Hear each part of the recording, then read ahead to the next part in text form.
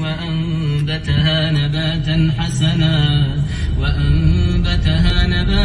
حسنا وكفلها زكريا كلما دخل عليها زكريا المحراب وجد عندها رزقا قال يا مريم أنى لك هذا قالت هو من عند الله إن الله يرزق من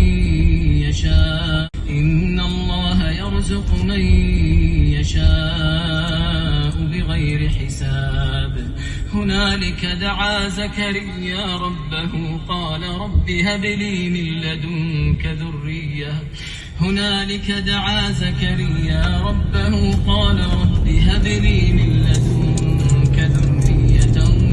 طيبة إنك